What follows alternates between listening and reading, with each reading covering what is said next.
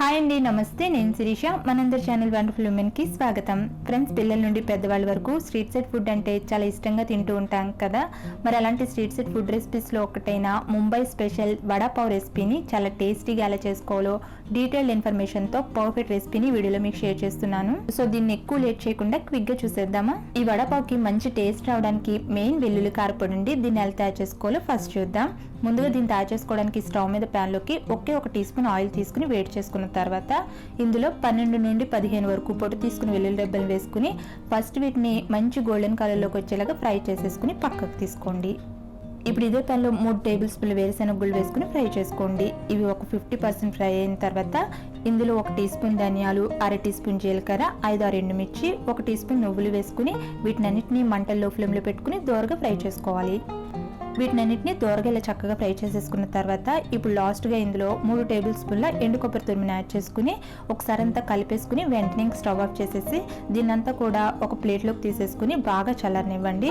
ఇవన్నీ కూడా పూర్తిగా చల్లారిన తర్వాత మాత్రమే వీటిని మిక్సీ జార్లోకి తీసుకుని మరీ మెత్తగా కాకుండా కొంచెం బరకగా పొడిలాగా గ్రైండ్ చేసుకుని తీసుకోండి. దీంట్లో టేస్ట్ సరిపడా ఉప్పును కూడా యాడ్ చేసుకుని గ్రైండ్ చేసుకోండి. ఈ విధంగా కాస్త బరకగా గ్రైండ్ చేసుకుని తీసుకుంటే ఇంకా మనకి వెల్లుల్లి కారపొడి రెడీ అయిపోయినట్లే. దీని టేస్ట్ చాలా బాగుంటుందండి. దీంట్లోకే కాకుండా అన్నంలో కూడా తిన్నా కూడా బాగుంటుంది. ఇది ట్రై చేయండి. ఇప్పుడు వడ లేదా ఆలు బోండాలోకి కర్రీని చేసుకోవడానికి ఉడికించుకున్న బంగాళదుంపల్ని మీడియం సైజులో ఉన్నవైతే 3, చిన్నవైతే 4 తీసుకుని పై పొట్టు తీసేసుకుని ఈ విధంగా మెత్తగా మెదుపుకుని పెట్టుకోండి. దుంపల్ని ఉడికించుకునేటప్పుడు మాత్రం మరీ నీరు దిగేలాగా మెత్తగా ఉడికించొద్దు. మళ్ళీ మనం బోండా వేసుకున్న తర్వాత ఎక్కువసేపు బోండా క్రిస్పీగా ఉండదు, మెత్తగా అయిపోతుంది. ఇప్పుడు స్టవ్ మీద ప్యాన్లోకి 1 టేబుల్ స్పూన్ ఆయిల్ తీసుకుని వేడి చేసుకున్న తర్వాత ఇందులో 1/2 టీ స్పూన్ ఆవాలు వేసుకుని చిటపడమనేంత వరకు వీటిని ఫ్రై చేసుకోండి. ఇప్పుడు ఇందులో కొంచెం కరివేపాకును వేసుకోండి. అలాగే 1 టీ స్పూన్ వరకు అల్లం, వెల్లుల్లి, పచ్చిమిర్చి ఈ మూడింటిని ఈ విధంగా కాస్త కచ్చపచ్చ దంచి యాడ్ చేసుకుని ఫ్రై చేసుకోండి. కొంచెం పసుపు కూడా వేసుకుని ఫ్రై చేసుకోండి.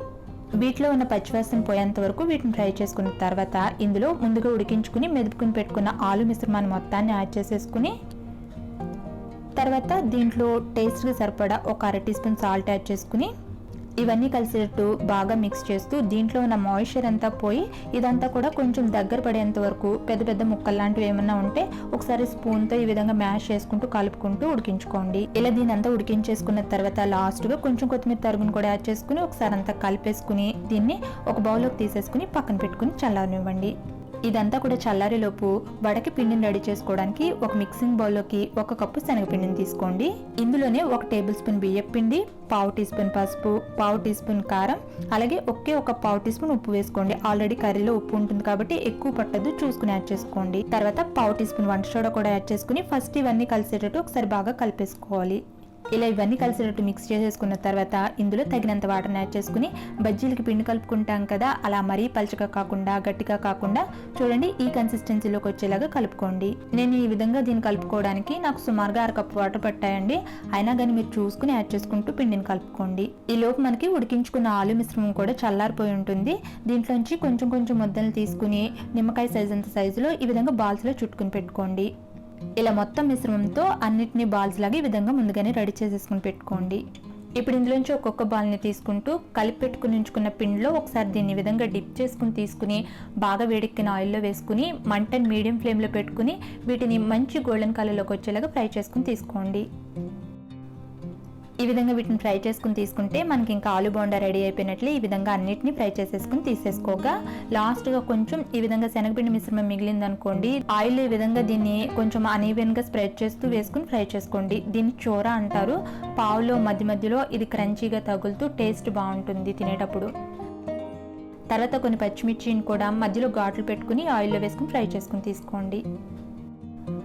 సో ఇప్పుడు మనం వడాపావుని రెడీ చేసుకోవడానికి వడ రెడీ అయిపోయింది. అలాగే చోర, పచ్చిమిర్చిని కూడా ఫ్రై చేసుకుని తీసుకున్నాం. వెల్లుల్లి కారాన్ని కూడా రెడీ చేసుకుని తీసుకున్నాం. నెక్స్ట్ ఇందులోకి వీలైతే కొంచెం గ్రీన్ చట్నీని, మీఠీ చట్నీని కూడా తీసుకోండి. స్ట్రీట్ సైడ్ లో అయితే వీటిని కూడా యాడ్ చేస్తారు, వీలైతే తీసుకోండి. లేకపోతే వెల్లుల్లి కారపొడిని ఒకటే యాడ్ చేసుకుని కూడా దీన్ని తీసుకోవచ్చు, బాగుంటుంది టేస్ట్. కానీ నేను మీకు పర్ఫెక్ట్ రెసిపీని చెప్తానన్నాను కదా, సో గ్రీన్ చట్నీని ఎలా చేసుకోవాలి ఇప్పుడు క్విక్ గా చెప్పేస్తాను. ఒక మిక్సీ జార్ లోకి కొంచెం కొత్తిమీర, పుదీనా, అల్లం, వెల్లుల్లి, పచ్చిమిర్చి, నిమ్మరసం, ఉప్పు యాడ్ చేసుకుని తగినంత వాటర్ని యాడ్ చేసుకుని ఈ విధంగా మెత్తగా పేస్ట్ లాగా చేసుకుని తీసుకుంటే గ్రీన్ చట్నీ రెడీ అయిపోతుంది. అలాగే మీఠీ చట్నీని ఎలా రెడీ చేసుకోవాలి చేసుకోవాలంటే ఏం లేదండి, చిక్కటి చింతపండు రసాన్ని తీసుకుని దాంట్లో తగినంత పంచదారని యాడ్ చేసుకుని స్టవ్ మీద పెట్టుకుని ఇదంతా కూడా ఈ విధంగా చిక్కగా అయ్యేంత వరకు ఉడికించుకుని తీసుకుంటే మీఠీ చట్నీ రెడీ అయిపోతుంది. ఇప్పుడు మనం మెయిన్ ఇంగ్రీడియంట్ అయిన పావుని తీసుకోండి. బేకరీలో దొరికే రెడీమేడ్ పావునైనా తీసుకోవచ్చు, లేదంటే దీన్ని ఇంట్లో కూడా మనం పర్ఫెక్ట్ గా చేసుకోవచ్చు అండి. ఎలా చేసుకోవాలో తెలుసుకోవాలి అనుకుంటే నన్ను కామెంట్ లో అడగండి, తప్పకుండా దీని మీద ఒక వీడియో చేసి అప్లోడ్ చేస్తాను. ఆల్రెడీ చేస్తుంటే డిస్క్రిప్షన్ లింక్ ఉంటుంది, చెక్ చేయండి. సో ఇప్పుడు దీనికి కావాల్సినవన్నీ రెడీ చేసేసుకున్నాం కదా. ఇప్పుడు వడ పావుని ఎలా చేసుకోవాలో చూద్దాం. ఒక పావుని తీసుకుని చాక్ తోటి సగం వరకు ఈ విధంగా కట్ చేసుకోండి, పూర్తిగా కట్ చేయొద్దు. ఇలా కట్ చేసుకున్న తర్వాత కొంచెం గ్రీన్ చట్నీని ఈ విధంగా దీనికి రాయండి. తర్వాత దీని మీద కొంచెం మీఠీ చట్నీని కూడా రాసుకుని కొంచెం వెల్లుల్లి కారపొడిని చల్లుకోండి. ఇప్పుడు దీని మధ్యలో ఒక ఆలు బోండాన్ని పెట్టుకుని అలాగే ముందుగా మనం ఫ్రై చేసుకుని ఉంచుకున్న చోరా ఉంది కదా, దాన్ని కూడా కొంచెం యాడ్ చేసుకుని ఫ్రై చేసుకున్న పచ్చిమిర్చిని కూడా ఇలా పెట్టుకుని సర్వ్ చేసుకోవడమే. సో ఇప్పుడు ఇంక మనకి వడా పావ్ రెడీ. చూస్తుంటే నేను నోరుతుంది కదా. మరి మీరు ఎప్పుడు ట్రై చేస్తున్నారు? మీరు కనుక ట్రై చేస్తే మీకు ఎలా కుదిరిందో మీ అభిప్రాయాన్ని నాకు కామెంట్లో తెలియచేయడం మాత్రం మర్చిపోరు కదా. అలాగే వీడియో నచ్చిందో లేదో కూడా చెప్పండి. నచ్చితే ఈ వీడియోని లైక్ చేసి కుదిరితే మీ ఫ్రెండ్స్ అండ్ ఫ్యామిలీకి కూడా షేర్ చేయండి. మరిన్ని ఇంట్రెస్టింగ్ వీడియోస్ కోసం ఈ ఛానల్ని సబ్స్క్రైబ్ చేయడం మాత్రం మర్చిపోకండి. Thank you for watching this video.